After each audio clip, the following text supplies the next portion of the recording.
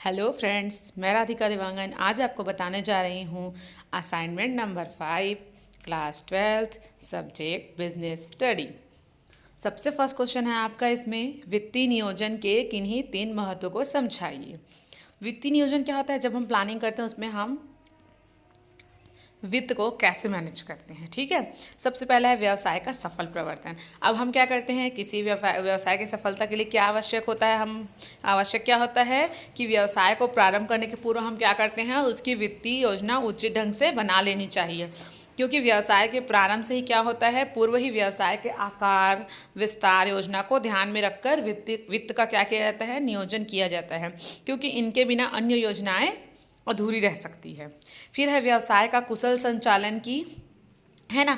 व्यवसाय का कुशल संचालन के लिए क्या होता है, वित्त आवश्यकता पड़ती है वित्त की, है ना। और पर्याप्त वित्त यदि नहीं रहेगा तो हम व्यवसाय का सफल संचालन भी नहीं कर सकेंगे, है ना। सफल संचालन नहीं किया जा सकता है। इसलिए क्या है, व्यवसाय की स्थापना और उसकी संपत्तियाँ, सामग्रियाँ और पारिश्रमिक आदि कार्यों में क्या होती है, हमको वित्त की आवश्यकता पड़ती है। इसलिए क्या है, वित्तीय प्रबंधन आवश्यक है। फिर है व्यवसाय का विकास एवं विस्तार। व्यवसाय में अधिक से अधिक लाभ कमाने के लिए अनेक प्रकार की विकास योजनाएं बनानी पड़ती है। हम क्या करते हैं, व्यवसाय के विकास एवं विस्तार के लिए हमको अधिक से अधिक लाभ कमाने के लिए अनेक प्रकार की योजना बनाते हैं। और इन उद्देश्यों की पूर्ति के लिए हम क्या करते हैं, व्यवसाय के अनुकूल स्तर का विस्तार करते हैं। संभावित और विस्तार को ध्यान में रखकर हम क्या करते हैं, बहुत सारी वित्तीय योजनाएं बनाते हैं।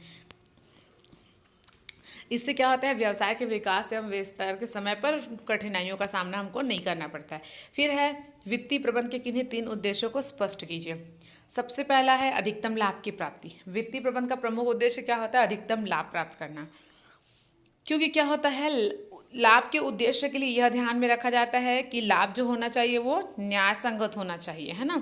उपयोगिता में सामंजस्य होना चाहिए तथा इसका मानक क्या, हमको एक स्टैंडर्ड तैयार करना चाहिए। फिर है अधिकतम प्रतिफल की प्राप्ति। अब देखो, कोई भी जब प्लानिंग करता है अपने लक्ष्य को तो क्या चाहता है कि हमको अधिकतम प्रतिफल की प्राप्ति हो, मतलब हम अपने लक्ष्य को अच्छे तरीके से प्राप्त कर सकें। तो इसका दूसरा उद्देश्य क्या होता है, लागत तथा विनियोग द्वारा हम क्या करेंगे, अधिकतम फल की प्राप्ति करना। जिससे क्या है, प्रबंध के स्वामी, प्रबंधक, अंशधारी, कर्मचारी, श्रमिकों को क्या दिया जा सकता है, अधिकतम लाभ दिया जा सकता है। फिर है संपत्ति के मूल्य में वृद्धि। वर्तमान युग में लाभ को अधिक करने के स्थान पर क्या है, संपत्ति को बढ़ाना वित्तीय प्रबंधन का क्या है, उद्देश्य माना जाता है। फिर है विनियोग निर्णय को प्रभावित करने वाले घटकों। अब देखो, वैधानिक सुरक्षा। अब निवेशक, यहाँ पे बात की जा रही है विनियोग निर्णय की। तो देखो, अब आप ही बताइए, यदि आपको कहीं पे इन्वेस्ट करना है, ठीक है, अपनी पूंजी को, तो आप वही जगह देखोगे जहाँ पे आपकी पूंजी की क्या होगी, सुरक्षा होगी। तो यहाँ पर वही बात बोला जा रहा है आपका लीगल सेफ फ्रॉड्स, है ना। इसमें क्या करना है, वैधानिक सुरक्षा। अब देखो, यहाँ लिखा है पूंजी की वैधानिक सुरक्षा निवेशकों में निवेश के प्रति विश्वास पैदा करती है। जब वहाँ पे सुरक्षा रहेगी वैधानिक, तो क्या पड़ेगी, जो विनियोजक हैं उनके प्रति उनको क्या रहेगा, विश्वास रहेगा। तथा क्या करेंगे, वो अधिक निवेश करने के लिए क्या करेंगे, प्रेरित करती है। और सरकार द्वारा विभिन्न कानून बनाकर निवेशकों की पूंजी की सुरक्षा की गारंटी नहीं की जाती है। यदि निवेशक की पूंजी की सुरक्षा होगी तो विनियोग बाजार के अनुकूल। अब देखो क्या बोला जा रहा है, जैसे कि वैधानिक सुरक्षा होगी पूंजी की, तो क्या होगा, विनियोग के लिए बाजार का वातावरण, अनुकूल वातावरण होगा। ठीक है। फिर है स्थायी मुद्रा, स्टेबल करेंसी। विनियोग बाजार के लिए एक सुसंगठित मौद्रिक प्रणाली में उचित नीतियां अनिवार्य होती है। देखो, जैसे क्या होता है, आपका बैंक जमा, जीवन बीमा वापसी आदि का भुगतान देश की प्रचलित मुद्रा में करते हैं। इसलिए क्या होने चाहिए, मुद्रा की क्रय शक्ति स्थायी रहनी चाहिए। क्योंकि मुद्रास्फीति विनियोग की क्रय शक्ति को क्या करती है, कम कर देती है अथवा नष्ट कर देती है। फिर है आपका सामाजिक वातावरण, है ना। क्या है आपका सामाजिक वातावरण, इसमें क्या है, विनियोग बाजार, वातावरण और निवेशक की प्रवृत्तियों, इच्छाओं, आकांक्षाओं, शिक्षा, बौद्धिक स्तर, रीति रिवाज आदि घटकों से भी प्रभावित होता है। ये सभी घटक क्या है, निवेश की बचत एवं विनियोग इच्छाओं को प्रोत्साहित करते हैं।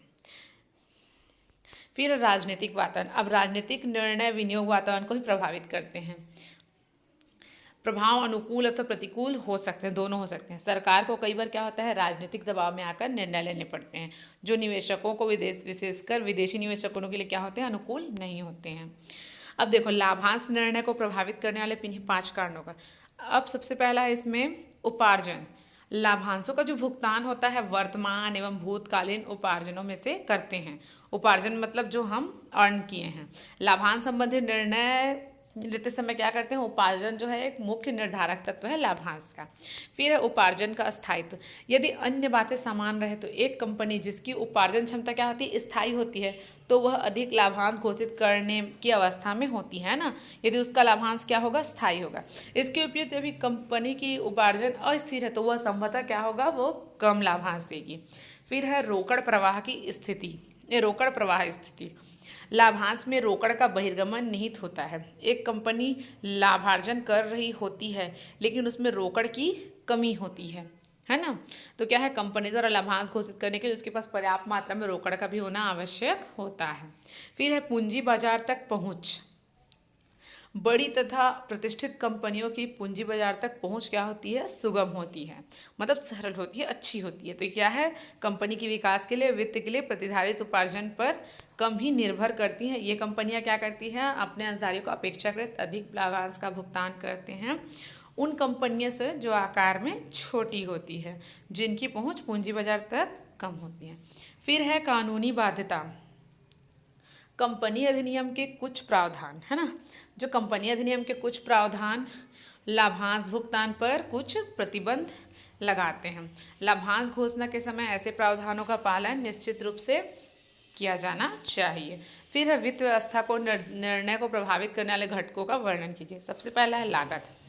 लागत क्या होता है, विभिन्न स्रोतों से निधि प्राप्त करने की लागत क्या होती है, भिन्न भिन्न होती है। साधारणतः एक विवेकशील प्रबंधक उसी स्रोत का चुनाव करेगा जो क्या होता है, सबसे सस्ता होगा। फिर है जोखिम।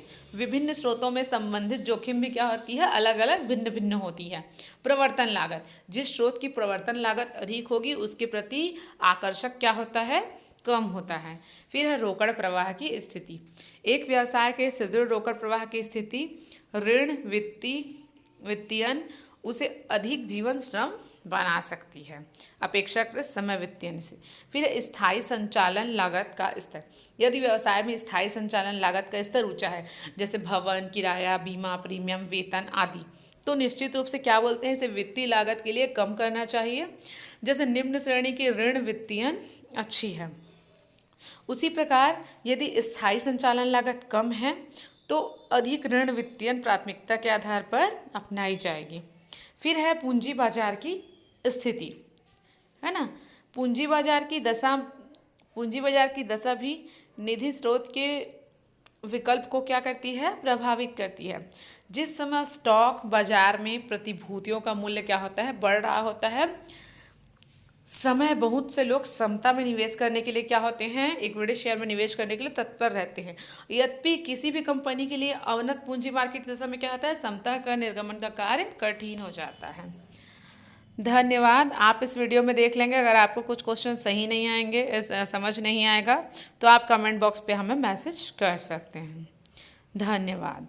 आगे भी इकोनॉमिक्स और मैं आपके सारे इंग्लिश मीडियम के वीडियो डालते जाऊंगी। अगर आपको इस वीडियो का PDF लिंक चाहिए तो आप हमारे टेलीग्राम चैनल पर जाके ले सकते हैं, आपको वहाँ पर अवेलेबल हो जाएगा, MPC रायपुर।